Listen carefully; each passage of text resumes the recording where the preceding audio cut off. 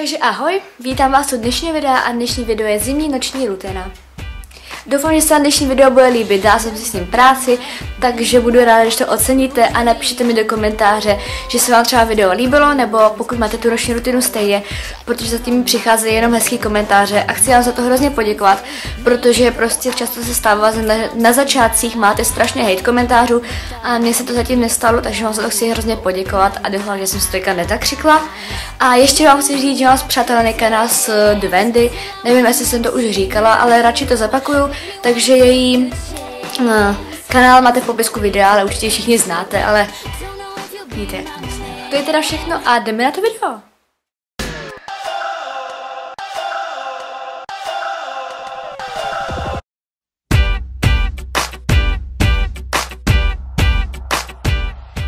Hnedka jak přijdu ze školy, tak si jdu připravit do školy znova, protože chci mít všechno za sebou a i když je ta rutina točená v pátek, tak chci mít všechno za sebou.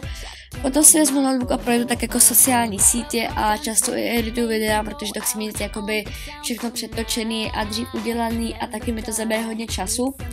A pátek je vždycky takový lazy, takže buď na notebooku, nebo prostě na jiném zařízení, čtu si, nebo jdu za Maxem, někdy někam jedem, nebo jsem s kámoškou, ale spíš teda jsem jako doma s čajem.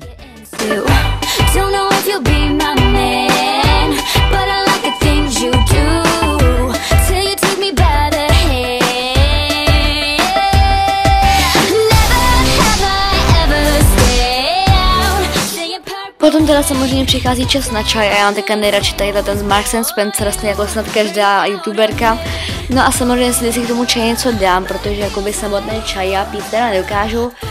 A večer teda, protože je pátek, často chodíme někam do restaurace, nejvíc chodíme tady do pizzerie, je to pizzeria La Striga, a nebo se tam třeba jen skočím pro pizzu a jako mají tam fakt dobrý jídla, takže prostě no. On the beach and take me swimming in the dark.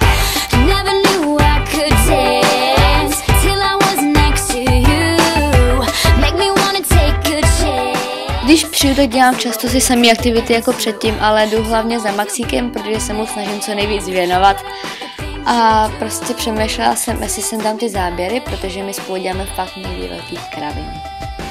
No a teďka už vlastně večer, to bylo teda celkem rychlý a já se jdu osprchovat. Často teda používám tady z parfumerie Meriona tady ten sprchový gel na vlasy, tady tu miniaturu od Tony & Guy a jako kondicionér OC je to ta 3-minutová maska. Na odličování používám micelární vodu od Garnier a protože mám poslední dobou nějaký ty pupínky a beďary, tak používám tady Clean & Clear, která by tomu měla zabránit. A potom zmatňující krém od Ballet a ten je teda fakt skvělý. Na závěr si rozčešu vlasy a převlíknu do pyžama a pak jsem často s rodinou u televize, ale někdy tam beru ještě notebook a teď jsem se trošku zabrala do toho Facebooku, protože jsem se zrovna hádala s mýma pipinama, ale tak to je jedno, who cares, to nikoho nezajímalo. Potom si jdu na závěr vyčistit zuby a vyčistit pleť tady tím čistícím gelem od Neutrogeny, je to mangový a je to ale fakt úžasný. No a to je vlastně konec dnešního dne, pak už jdu jenom spát, ještě se chvilku čtu.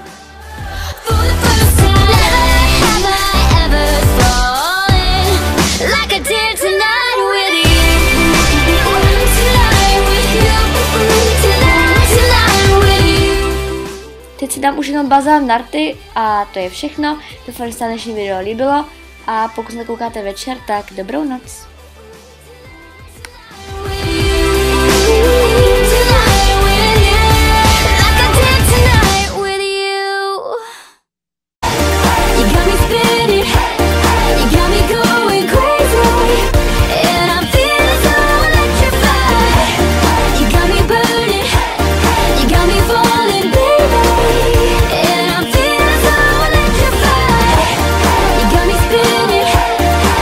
Takže ahoj, vítám vás u dnešního videa a dnešní video je zimní noční rutina. Doufám, že se vám dnešní video bude líbit, dá jsem si s ním práci, takže budu ráda, když to oceníte a napíšete mi do komentáře, že se vám třeba video líbilo, nebo pokud máte tu roční rutinu stejně, protože zatím mi přicházejí jenom hezký komentáře a chci vám za to hrozně poděkovat, protože prostě často se stává, že na začátcích máte strašně hate komentářů a mně se to zatím nestalo, takže vám za to chci hrozně poděkovat a doufám, že jsem si to netakřikla. A ještě vám chci říct, že mám zpřátelený kanál s Dvendy, nevím, jestli jsem to už říkala, ale radši to zapakuju, takže její kanál máte v popisku videa, ale určitě všichni znáte, ale víte, jak to myslím. To je teda všechno a jdeme na to video.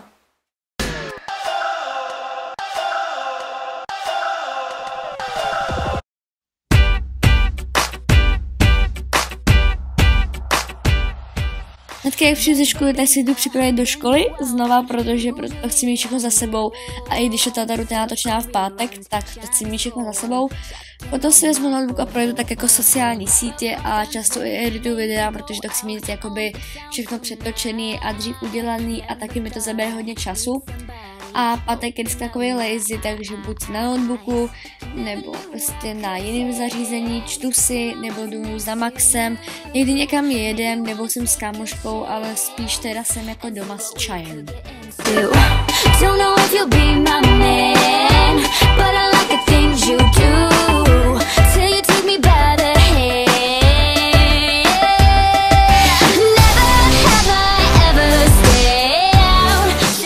Potom teda samozřejmě přichází čas na čaj a já mám teďka nejradši tady ten s Marksem Spencer, vlastně jako snad každá youtuberka.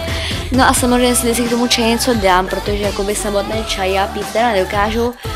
A večer teda, protože je pátek, často chodíme někam do restaurace, nejvíc chodíme tady do pizzerie, je to pizzeria La Striga, a nebo se tam třeba jen skočím pro pizzu a jako mají tam fakt dobrý jídla, takže prostě no.